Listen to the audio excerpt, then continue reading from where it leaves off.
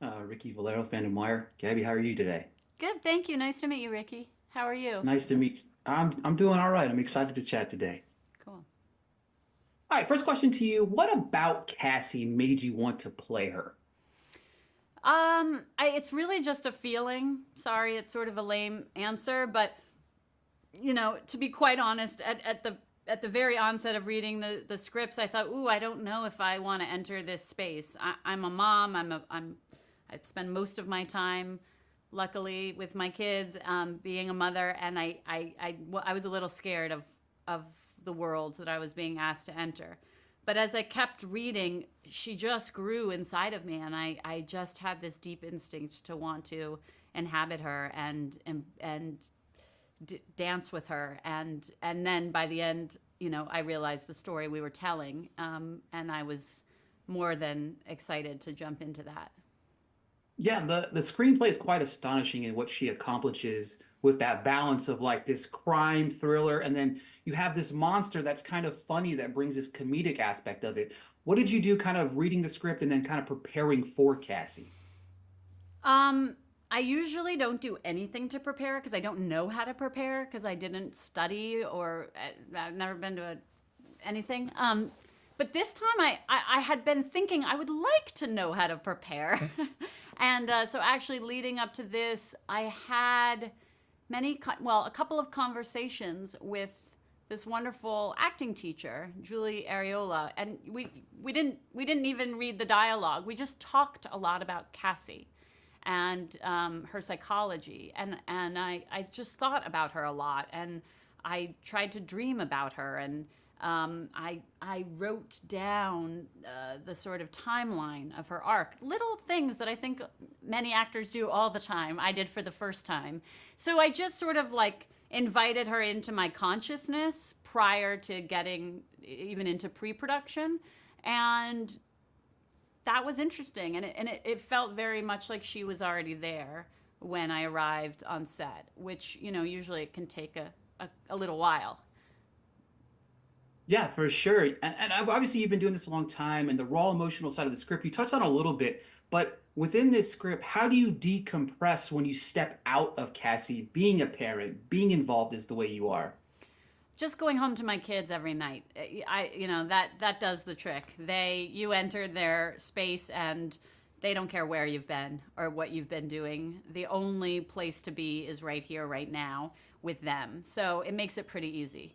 At the end of the shoot, I think it was a little bit, the emotionality of it lingered with me a little bit, and I felt a bit exhausted. But in the day to day, I found it really energizing and deeply creatively fulfilling, and I really enjoyed. I actually had a lot of fun playing Cassie, and we laughed a lot on set.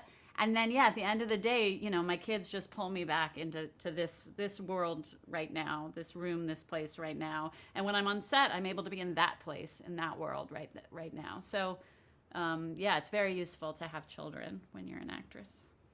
It is because when you get home, they're like, "We don't care if you had a bad day. Just pay attention to us, right?" I've got little ones myself, so it's like we don't care if you had a bad day. Just give Yeah. us food Yeah, and and if your attention. intention is to be in the present, to be here now, as Ram Dass says, which my intention is, I appreciate that actually because I don't want to be carrying the past with me, even the past of the day, into the present. So it's not that the children aren't compassionate, it's that they know that it's just right here, right now. Yeah, it's a beautiful thing. It's a Yeah. beautiful thing. Obviously, your counterpart, Benedict, how is it working next to him? I mean, a true delight just to behold what he can do, which is miraculous. It's like it's like a one man circus. I'm just like, wow, look, he can do everything. Wait to that.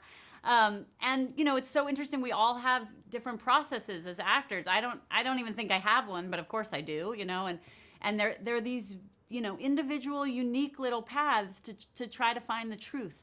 And it's really fun to work with somebody who's that good and hungry to find what is real and true, and be willing and not just willing but eager to collaborate and to be vulnerable and to recognize that it's a partnership, and that you have to bring each of your two impulses and doubts and fears and instincts to each other and share them and find what's there. So, you know, it's such a privilege to get to do this work, and to do it with somebody who comes with their full self is wonderful. So that's what I got with Benedict. I loved it.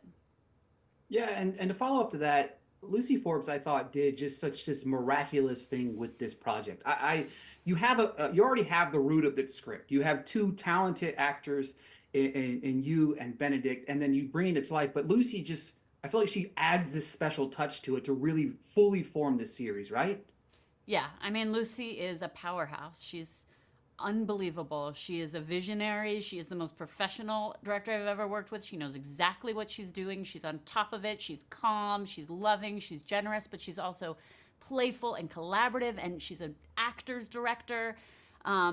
She's, you know, you have such confidence in her that it allows you to really let yourself go. And I cannot say enough about working with Lucy Forbes. It was the pleasure of a lifetime. I just think she is incomparable.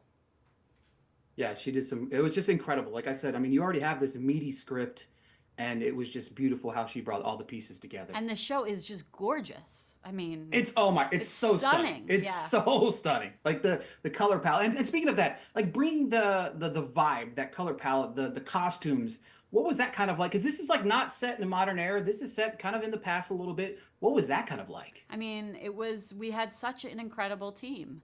The first day I walked on set with my incredible wardrobe and into that apartment and every little detail on the wall. I mean, literally every single person elevated this show into a space that felt both real and accurate. I grew up in New York City in the 80s.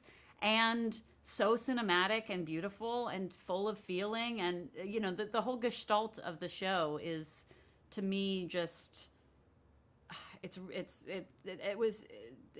so incredible what was pulled off. Yeah. Absolutely. All right, final fun question before I go. Obviously, Eric had a knack for drawing like his father there with drawing, or sorry, Edgar had a knack for drawing like his son or like his father. But I wanted to know what kind of talent you had when you were a kid.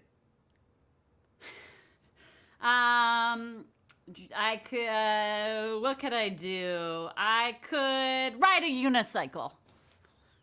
I rode a unicycle down 23rd Street and then took a right on 7th Avenue all the way down to my elementary school in the West Village once. That's awesome. I can't do it, so I appreciate. Gaby, thank you so much. You were incredible on the show. Thank you for your time today. Thank you so much. Nice to meet you. Take care. Nice to meet you.